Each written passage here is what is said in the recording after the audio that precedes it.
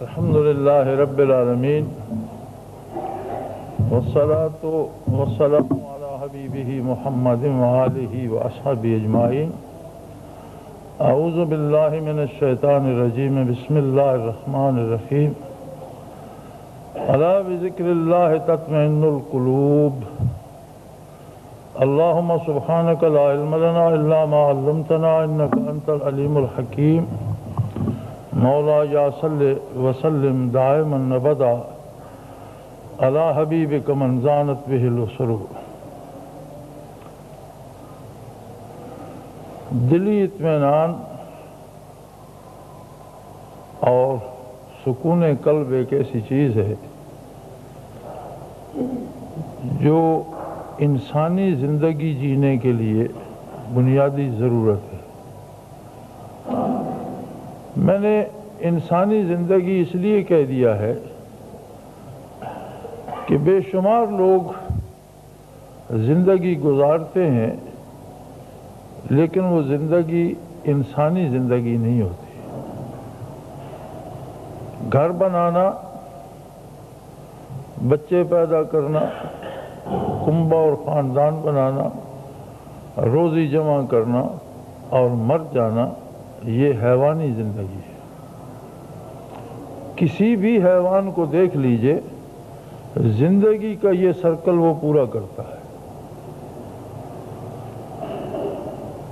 کوئی بھی جانور ہو اپنا ٹھکانہ بناتا ہے، درندہ ہو، پرندے ہوں اپنا گھونسلہ بناتے ہیں، اپنے بچوں کی پرورش کرتے ہیں، اس کے لیے محنت کرتے ہیں، دانہ دنکا لاتے ہیں، درندے شکار کر کے لاتے ہیں، بڑی محنت سے بچوں کو پالتے ہیں اور زندگی کے سرکل میں اپنا وقت پورا کر کے مر جاتے ہیں۔ انسان محض حیوان نہیں ہے، بلکہ اس کے اندر رب العالمین نے ایک طلب، ایک جستجو رکھی ہے، ایک خواہش، ایک آرزو رکھی ہے، اور اگر وہ خواہش و آرزو، وہ طلب و جستجو افکار زمانہ کے نیچے دب جائے اور ختم ہو جائے تو پھر وہ بظاہر انسان ہوتا ہے لیکن حقیقتاً ایک عام حیوان ہوتا ہے اور حیوانی زندگی گزار کے دنیا سے چلا جاتا ہے، جس کی جواب طلبی بھی یہی ہوگی کہ تمہیں بنایا تو انسان تھا، فکر انسانی دی تھی، آرزو انسانی دی تھی، لیکن تم زندگی حیوانی گزار کر اور دیے ہوئے وقت کو ضائع کر کے آ گئے۔ سارے کا سارا کفر کیا ہے؟ انسانی زندگی سے انکار کا نام کفر ہے۔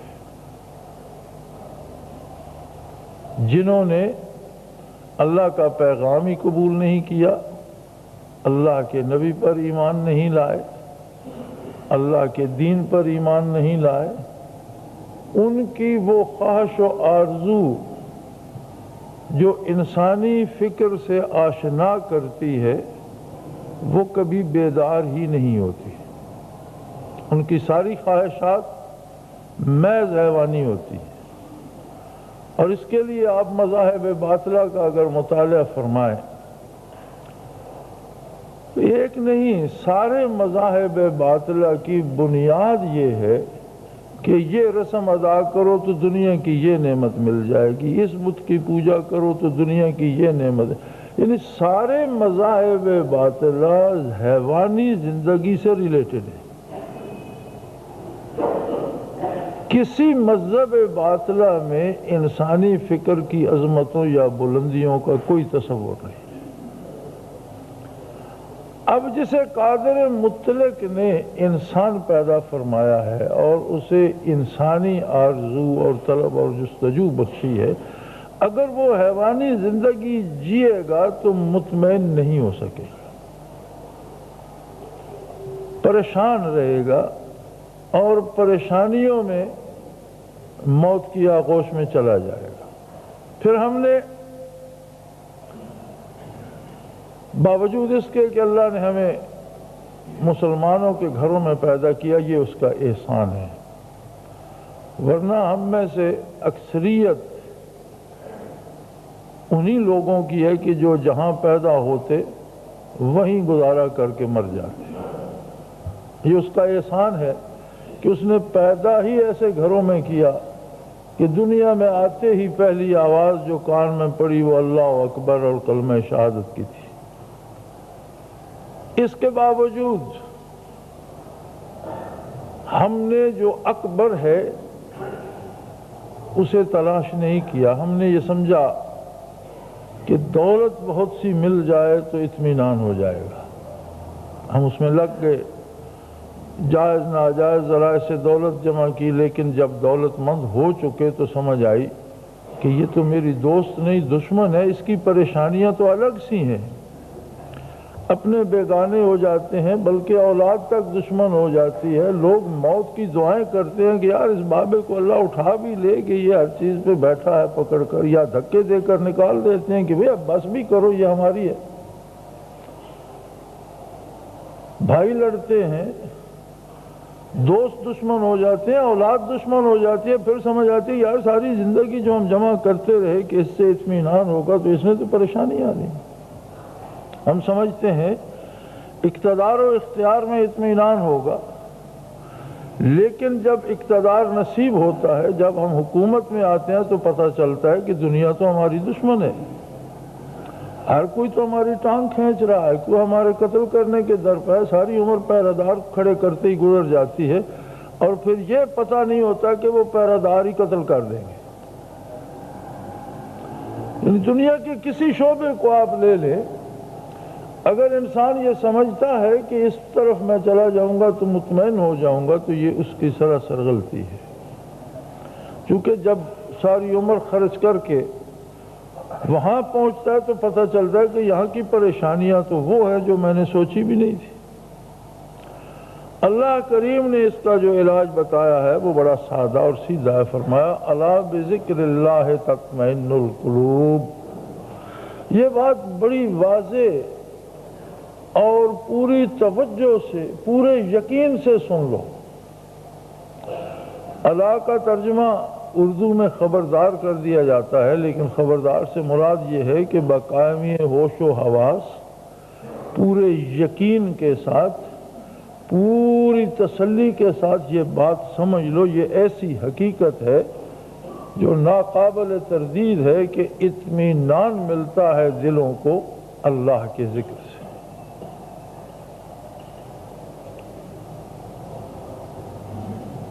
دیکھا یہ گیا ہے کہ ذکر اذکار کے نام پر بھی لوگ گوشہ نشین ہو جاتے ہیں، زندگی سے ناطہ توڑ لیتے ہیں، عمل چھوڑ دیتے ہیں اور دعاؤں پہ بیٹھ جاتے ہیں، رات دن تسبیح کرتے ہیں لیکن کوئی کام نہیں کرتے کہ یہ دنیا اس قابل ہی نہیں کہ دنیا کا کام کیا جائے، وہ بھی مطمئن نہیں ہو پاتے، اطمینان انہیں بھی نہیں ملتا، پریشانی ان کا بھی مقدر بن جاتی ہے۔ یہ جو ذکر اللہ ہے یہ کوئی ایسی چیز نہیں ہے کہ جو راستے میں پڑی ہوئی مل جائے، کوئی ایسی چیز بھی نہیں ہے جسے ہم زبردستی کہیں سے چرا لیں، کسی دکان سے خرید لیں یا کسی سے ادھار مانگ لیں۔ ذکر اللہ فرائض نبوت میں سے ہے۔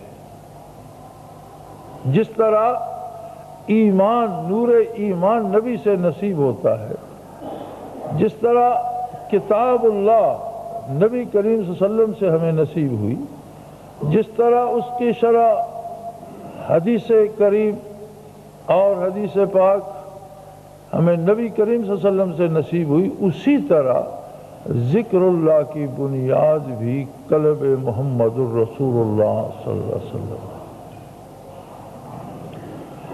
4 فرائض نبوت جو ارشاد ہوئے کتاب اللہ میں، یتلو علیہم آیاتہ ویزکیہم ویعلمہم الکتاب والحکمہ، میرا نبی میری آیات تلاوت فرماتا ہے لوگوں کے سامنے، انہیں دعوت دیتا ہے میری طرف، جو قبول کرتا ہے ویزکیہم، اسے پاک کرتا ہے، اس کا تزکیہ کرتا ہے۔ جب تزکیہ ہوتا ہے تو یعلمہم الکتاب، پھر انہیں میری کتاب کی تعلیم دیتا ہے، والحکمہ، اور پھر کتاب میں جو اسرار و رموز ہیں، کتاب تو اصول بیان کر دیتی ہے، اب ان اصولوں کی تفصیل کیا ہے، تفسیر کیا ہے، شرح کیا ہے، وہ حکمت، وہ سراپا دانائی ہے، پھر وہ بتاتا ہے۔ یہ چار فرائض ہیں نبوت کے۔ دعوت اللہ تو ہمیں واضح سمجھ آتی ہے کہ حضور علیہ السلام نے کس کس طرح دعوت دی اور اس کے لیے کیا کیا قربانیاں دیں اور کیا کیا مصائب برداشت فرمائے۔ دعوت اللہ میں بھی یہ ہے کہ نبی کریم صلی اللہ علیہ وسلم نے کسی کو زیر کرنے کے لیے دعوت نہیں دی، کسی کو جھوٹا ثابت کرنے کے لیے دعوت نہیں دی، بلکہ دعوت میں وہ انداز کریمانہ تھا، وہ رحمت و شفقت تھی کہ اللہ کا یہ بندہ بھی کامیابی سے ہمکنار ہو جائے۔ کسی کو ناکام کرنے کے لیے دعوت نہیں دی گئی، جیسا کہ آج رواج ہو گیا ہمارا کہ ہم یہ سمجھتے ہیں کہ میں کسی کو زیر کر لوں گا اور اسے جھوٹا ثابت کر دوں گا اور وہ میری بات مان لے گا تو اس کا مطلب ہے اسے شکست ہو جائے گی۔ یہ انداز نبی علیہ السلام کا نہیں ہے، بلکہ اللہ کے بندوں کو عذاب الہی سے بچا کر وصال الہی نصیب کرنا، انہیں ناکام کرنا نہیں بلکہ انہیں کامیاب کرنا ہے۔ یعنی حضور کی شفقت یہ تھی صلی اللہ علیہ وسلم کہ اللہ کا ہر بندہ کامیاب ہو، خوش نصیب ہو، کامران ہو۔ جب اس نے لبیک کہی تو پھر آپ صلی اللہ علیہ وسلم نے اس کا تزکیہ فرمایا، اور تزکیے کا انداز نبی علیہ السلام کا کیا تھا؟ ایمان لا کر جس کی ایک نظر حضور علیہ السلام پر پڑ گئی، اس ایک نگاہ میں وہ پاک ہو گیا، اس کا تزکیہ ہو گیا۔ یا کوئی ایسا ہے جو حضور کو دیکھ نہیں سکتا، یا اس کی بینائی نہیں ہے، یا نظر نہیں ہے، تو حضور علیہ السلام کی نظر اس پر پڑ گئی، تزکیہ ہو گیا۔ یعنی ایک نگاہ کی بات تھی کہ بندہ حیوانیت سے اٹھ کر مقام صحابیت محمد الرسول اللہ پر پہنچ گیا۔ صحابیت محض اصطلاح نہیں ہے، صحابیت کا اطلاق ان افراد پہ ہوتا ہے جو ایمان میں، یقین میں، دیانت میں، امانت میں، کردار میں، سوچ میں، فکر میں باقی غیر صحابی مخلوق سے کروڑوں درجے افضل ہیں اور دور ہیں۔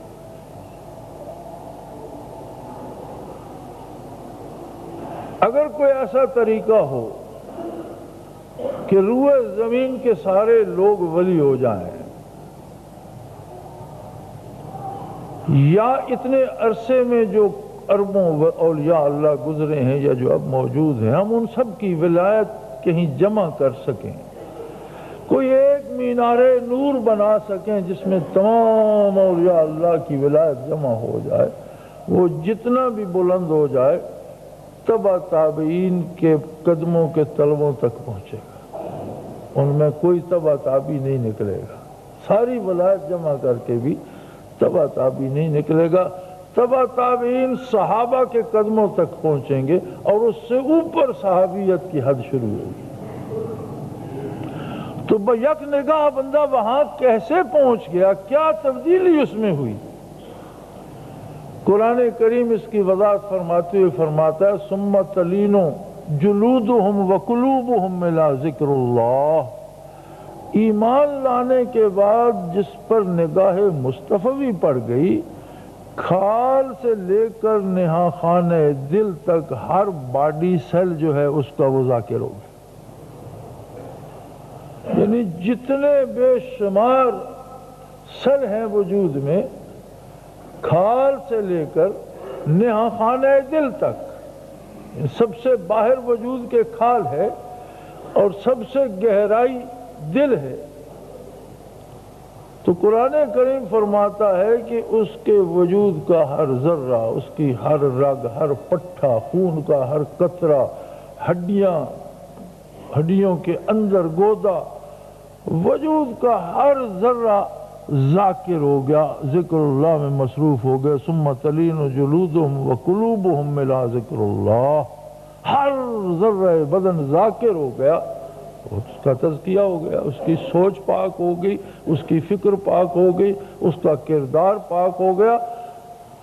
غلطی ہونا یہ انسانی کمزوری ہے، اور غلطی نہ ہونا یہ انبیاء کا منصب ہے، باوجود اس کے کہ نبی انسان ہوتے ہیں. لیکن نبوت جب جسے عطا ہوئی، اسے معصوم عن الخطا بنا دیا. نبی سے خطا نہیں ہوتی، نبی معصوم ہوتا ہے. غیر نبی صحابی بھی ہو تو خطا ہو سکتی ہے. اسی لیے عہد نبوی میں بھی عدالتیں تھیں، انصاف ہوتا تھا، صحابہ کرام کو سزائیں بھی ملیں.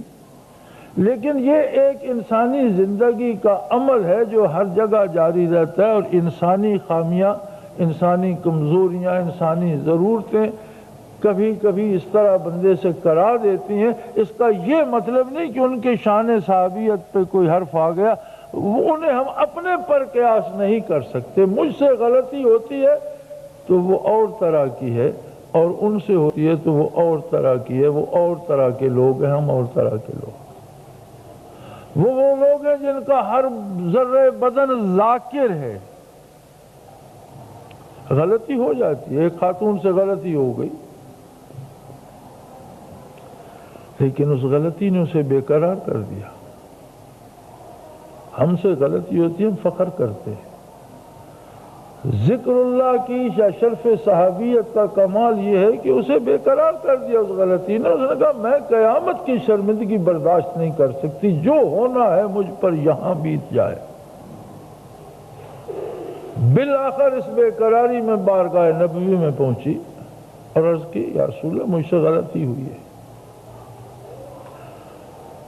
آپ صلی اللہ علیہ وسلم نے رخ انور پھیر لیا، دوسری طرف کر لیا کہ یہ بات نہ کرے، اس کے اور اللہ کے درمیان ہے.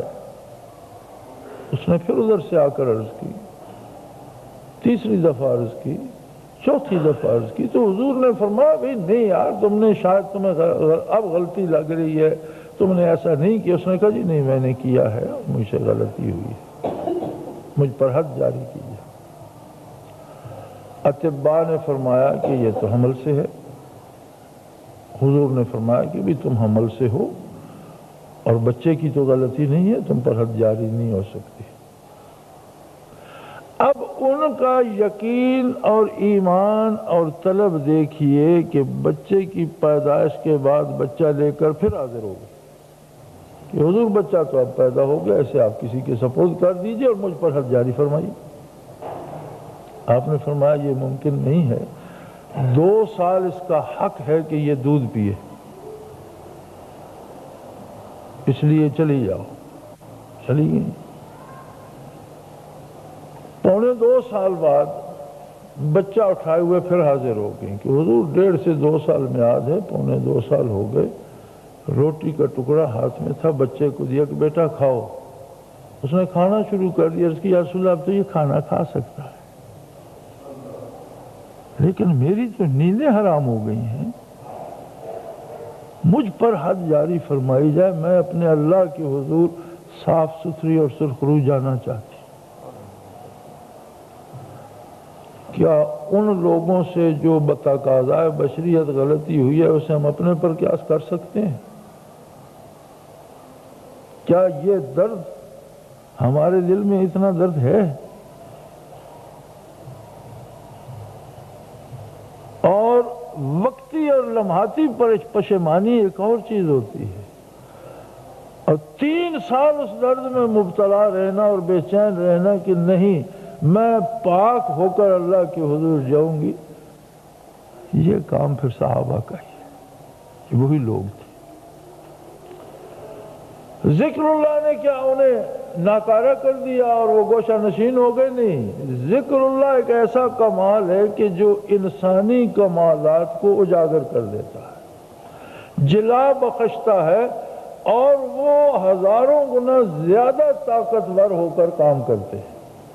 اس لیے آپ دیکھتے ہیں کہ صحرا نشینوں نے، جنہوں نے کسی سکول، مدرسے، کالج کا، یونیورسٹی کا دروازہ نہیں دیکھا، جنہوں نے کوئی لفظ لکھنا پڑھنا نہیں سیکھا، جنہوں نے کوئی کورس نہیں کیا، ایسا انقلاب برپا کر دیا کہ پوری دنیا میں باطل کو شکست دے کر روئے زمین پر حق و انصاف اور عدل جو ہے وہ عام کر دیا۔ وہ معمولی کام تھا۔ آج کی سپر پاور سے زیادہ بڑی سپر پاور اس وقت موجود تھی۔ اس زمانے کی سپر پاور قیصر اور کسریٰ تھیں، جن کے ایک ایک گورنر کے پاس 1.5 لاکھ سپاہی ہوتا تھا اور تلواروں کی جنگ ہوتی تھی، ٹڈی دل کی طرح چھا جاتے تھے، مقابلہ تلواروں سے کرنا پڑتا تھا۔ یہ ایسے سرفرے لوگ تھے۔ تزکیہ ہونے کے بعد یہ کچھ عجیب بن گئے کہ 30,000 صحابہ کی 3 لاکھ رومیوں سے مٹبھیڑ ہو گئی۔ اب کہاں 30,000، کہاں 3 لاکھ، اور 3 لاکھ میں سے چند ہی بچ کر جا سکے۔ ایسا گھمسان کا رن پڑا کہ چند سینکڑے بچ گئے ہوں تو رومیوں کے کشتوں کے پشتے لگ گئے، اس لیے کہ انہوں نے وہ لوہے کی پوشاکیں پہن کر ایک دوسرے کو زنجیروں سے باندھ رکھا تھا، بھاگ بھی نہ سکے اور میدان کارزار میں مارے گئے۔ یہ 30,000 3 لاکھ پہ کیوں بھاری ہو گئے؟ وہ صرف 30,000 بندے نہیں تھے، ایک بندے میں جو کھربوں سے زیادہ باڈی سیل ہوتے ہیں وہ سارے سیل آ کر تھے۔ ایک بندہ ایک اتنا عظیم لشکر تھا جس کا تصور نہیں کیا جا سکتا۔ تلواروں کی چھاؤں میں انہوں نے سجدے کیے، گھوڑوں کی پیٹھ پر نمازیں ادا کی، میدان کارزار میں صف بندی کی، اور قرآن نے حکم دیا کہ نماز کا وقت ہو جائے تو آدھے لڑتے رہو، آدھے امام کے پیچھے 2 رکعت پڑھو۔ امام 4 پڑھائے، اگر ظہر اور عصر ہے یا عشاء ہے 4 رکعتیں امام 4 پڑھائے، لیکن لشکر 2 پڑھے، آدھے لڑتے رہو اور آدھے آ کر شامل ہو جاؤ، 2 رکعت پڑھ کر چھوڑ کے چلے جاؤ، دوسرے آدھے آ کر شامل ہو جاؤ، 2 وہ پڑھ لیں۔ میدان کارزار میں آگ برس رہی ہے، تلوار چل رہی ہے، خون کے فوارے چھوٹ رہے ہیں۔ اذا لقیتم فئۃ فاثبتوا، جب مقابلہ آ جائے تو پھر جم جاؤ، سیسا پلائی ہوئی دیوار بن، فاثبتوا، ڈٹ جاؤ، واذکروا اللہ کثیرا، اللہ کا ذکر کثرت سے کرتے رہو، اس میں کمی نہ ہے۔ نماز خود ذکر اللہ ہے، اور جب جمعے کی اذان ہوتی ہے تو کاروبار حرام ہو جاتا ہے، بند کر دو کاروبار، نماز کے لیے حاضر ہو جاؤ۔ وَإِذَا قُضِيَتِ الصَّلَاةُ فَانتَشِرُوا فِي الْأَرْضِ وَابْتَغُوا مِنْ فَضْلِ اللَّهِ، جب نماز سے فارغ ہو تو جاؤ اپنا کام کاج کرو، رزق تلاش کرو، وَاذْكُرُوا اللَّهَ، لیکن اللہ کا ذکر کر۔ نماز ختم ہوئی، ذکر ختم نہیں ہوا، ذکر کرتے رہو، جہاد کرتے رہو، ذکر کرتے رہو۔ یہ ذکر جو بارگاہ نبوی سے شروع ہوتا ہے، جو وہاں سے عطا ہوتا ہے، یہ اطمینان عطا کرتا ہے، اور دل جب خود مطمئن ہوتا ہے تو وہ سارے فیصلے بہت مزے سے کرتا ہے، پھر وہ چیزوں کو سمجھتا بھی ہے، جانتا بھی ہے۔ اگر علم ظاہر نہ بھی ہو تو وہ علیم و خبیر اسے علوم عطا کر دیتا ہے۔ یہ بھی ملتا ہے سیرت میں کہ ایک صحابی اپنا ریوڑ چھوڑ کر آئے، شام کو حاضر ہوئے بارگاہ نبی میں، اس وقت ایمان قبول کیا، لیکن صبح جو مہم جا رہی تھی حضور علیہ السلام نے اس کا کمانڈر بنا دیا. آنے والے نے کلمہ پڑھا، بنانے والے نے نہ صرف مسلمان بنایا، جرنیل بنا دیا. اور وہ جرنیل بھی کامیاب ترین جرنیل ثابت ہوا. آپ کو تاریخ میں کوئی ناکام جرنیل ملتا ہے محمد الرسول اللہ صلی اللہ علیہ وسلم کی فوج میں؟ تو بنے تو سارے ایسے ہی تھے، نہ کسی یونیورسٹی کا کورس کیا، نہ کوئی وار کورس کیا، نہ کسی آرمی کے کالج میں گئے، نہ کسی غیر ملک میں کورس کرنے گئے، نہ کوئی ادارہ اپنے ملک میں تھا. بس جب دل روشن ہوا، مطمئن ہوا، تو جس بندے میں جو صلاحیت تھی اس کے ذمہ حضور نے وہ کام لگا دیا، یا جس کے ذمہ حضور نے لگا دیا اللہ نے اسے صلاحیت دے دی. لیکن بنیاد تھی ذکر اللہ. بارگاہ نبوی میں تو ایک نگاہ سے بٹتا تھا. پھر عہد آ گیا صحابہ کا. صحابہ کے پاس بھی جو چند لمحے بیٹھا تابعی ہو گیا. مولوی سعدی رحمۃ اللہ تعالی علیہ اس انداز پہ لکھتے ہیں: گلے خوشبو در حمام روزے، رسید از دست محبوب بدستم. بدو گفتم کہ مشکی یا عبیری، کہ ازبو دل آویزے تو مستم. بگفتا من گلے ناچیز بودم، ولیکن مدت با گل نشستم. جمال ہم نشین در من اثر کرد، وگرنہ من ہما خاکم کیا است. وہ فرماتے ہیں کہ میں حمام میں گیا. ایک زمانہ تھا جب صابن کی جگہ ایک خاص مٹی ہوتی تھی جس سے لوگ سر دھوتے تھے. ہمارے علاقے میں وہ ابھی پائی جاتی ہے اور غریب لوگ ابھی بھی استعمال کرتے ہیں، اور ان ولیتی صابنوں سے اچھی رہتی ہے، پہاڑوں میں ملتی ہے. تو اسے لوگ خوشبودار بناتے تھے. تو مولانا سعدی فرماتے ہیں کہ میں تو حمام میں غسل کرنے گیا تو بڑی خوشبودار مٹی تھی جس سے غسل کرنا تھا. تو میں نے اس سے پوچھا بھی تم تو مٹی ہو اور اتنی خوشبودار مٹی میں خوشبو کیسے آ گئی؟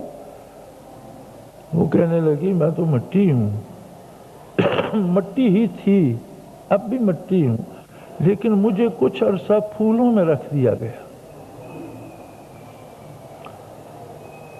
بگفتہ من گلے ناچیز بودم، ولیکن مدت با گل نشستم. میں تو مٹی تھی لیکن ایک عرصہ مجھے پھولوں میں رکھا گیا. جمال ہمنشیں در من اثر کرد. وہ ساتھ رہنے والے کا جمال منعکس ہو گیا مجھ میں. وگرنہ من ہما خاکم کے استم، ورنہ میں تو آج بھی وہی مٹی ہوں. یہ جو تمہیں خوشبو آ رہی ہے نا، یہ جمال ہمنشیں ہے. وہ جمال ہمنشیں کے امین تھے. ہر سینے سے انوارات پیمبر جھلکتے تھے. پھر صحابہ کے پاس جو چند لمحے بیٹھا وہ اسی مٹی کی طرح اس خوشبو سے رنگا گیا، تابعی ہو گیا. تابعین کے پاس جو بیٹھا وہ تبع تابعی ہو گیا. یہ خیر القرون تھیں، بہترین 3 زمانے جو حضور علیہ السلام نے فرمائے. اس کے بعد نہ بندوں میں وہ استعداد رہی، نہ وہ طلب رہی. تبع تابعین کے بعد پھر ایسے لوگ پیدا ہوئے جنہوں نے عمریں صرف کر کے وہ خوشبو حاصل کی اور باقی عمر اسے بانٹنے میں گزار دی. لیکن کیا وہ لوگ بھی خانہ نشین ہو گئے تھے؟ نہیں. ایک ایک بندے نے ایک ایک جہان کو انقلاب آشنا کیا. یہیں اسی سرزمین پر دیکھ لو، یہ خوشبو غوث بہاء الحق کے پاس تھی، کیا گوشہ نشین ہو گئے تھے؟ یہ خوشبو معین الدین اجمیری رحمۃ اللہ علیہ کے پاس تھی، کیا گوشہ نشین ہو گئے؟ یا خلق خدا کو اجمیر میں جب داخل ہوئے تو اجمیر اسلام کے نام سے ناآشنا تھا. اور جس دن حضرت کا وصال ہوا تو لکھتے ہیں کہ 1,20,000 وہ آدمی جنازے میں شامل تھے جو حضرت کی وجہ سے اجمیر ریاست کے مسلمان ہوئے. یہی داتا گنج بخش اجمیری رحمۃ اللہ علیہ کو دیکھ لو، کیا یہ گوشہ نشین ہو گئے یا ابھی تک دلوں کو گرمائے جا رہے ہیں؟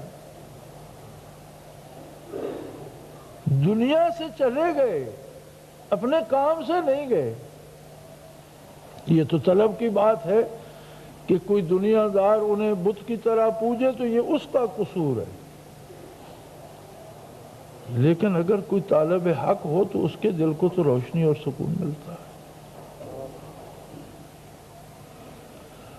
تو غنیمت ہے وہ لوگ جنہوں نے عمریں صرف کر دیں کسب فیض میں، وہ برکات حاصل کی، 14 صدیوں بعد نسلاً بعد نسلاً سینے منور ہوتے چلے آئے۔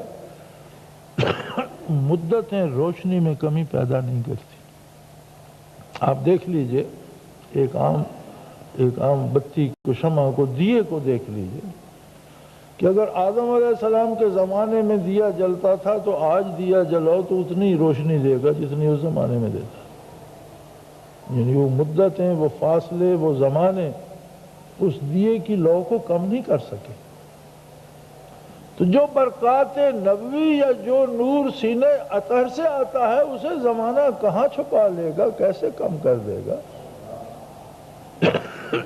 یہ بات اور کہ اللہ کس کو یہ سعادت نصیب کرتا ہے، کس کو یہ طلب و جستجو نصیب کرتا ہے، کس کو یہ آرزو نصیب کرتا ہے۔ جب یہ نعمت نصیب ہوتی ہے،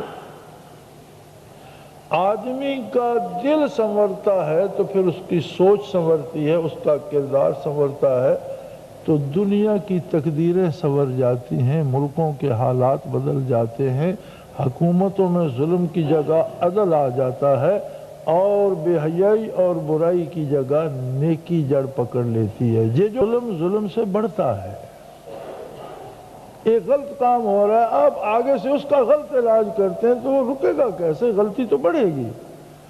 لیکن اگر آپ اپنے دل کی اصلاح کر لیں، اپنے سینہ روشن کر لیں، اپنے کردار کی اصلاح کر لیں، تو شاید ایک ایک بندہ انقلاب آفریں بن جائے، برائی کو مٹانے کا سبب بن جائے، نیکی کو قائم کرنے کا سبب بن جائے۔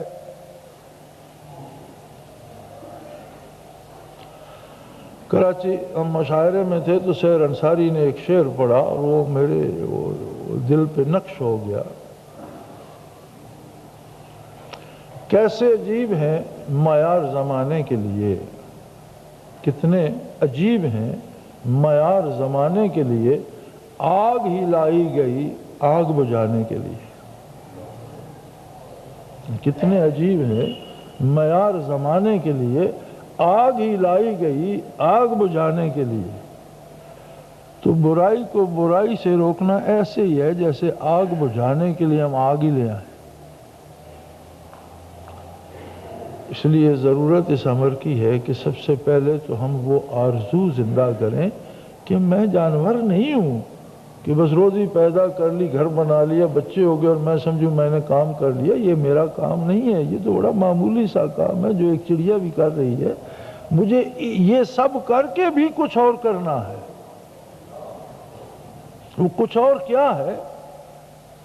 وہ وصال حق ہے، وہ طلب بارگاہ الہی ہے، وہ طلب قرب محمد الرسول اللہ ہے۔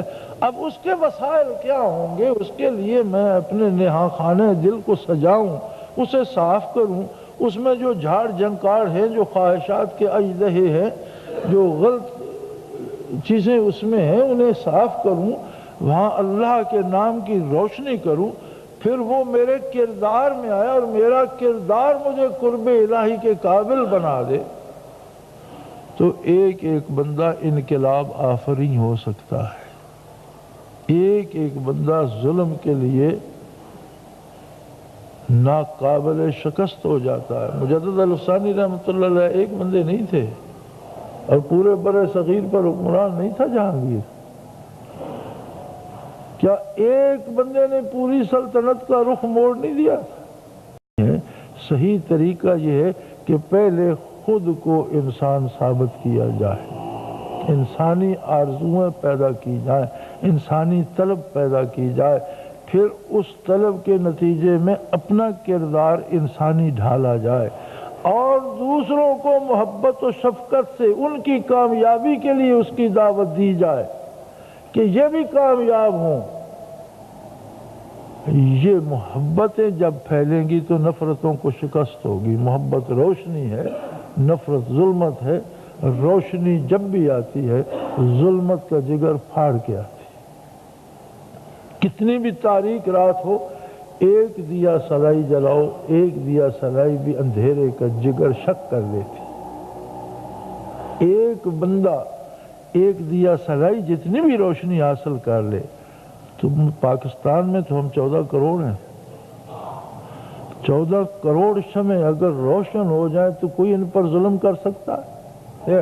آج اس طلب و جستجو اور اس آرزو سے بیگانہ ہو کر، اس درد دل اور اس نور باطنی سے بیگانہ ہو کر، بظاہر ہم زندہ ہیں لیکن مردوں کی صف میں ہیں، بظاہر ہم انسان ہیں لیکن حیوانوں کا ریوڑ ہیں، کہ بھیڑیے نے چاہا تو ایک بکری اس نے گرا لی اور 200 بکریاں بھاگ کر جان بچانے کی، بھیڑیا ایک ہے، وہ 200 یا 300 ہیں، وہ بھاگ بھاگ کر جان بچانے کی فکر میں، اور جسے گرا لیا۔ آج یہی حال ہمارا ہے کہ ہم حیوانی زندگی میں پھنسے ہوئے ہیں، اللہ ہمیں انسانی زندگی نصیب کرے۔ وآخر دعوانا الحمدللہ رب العالمین۔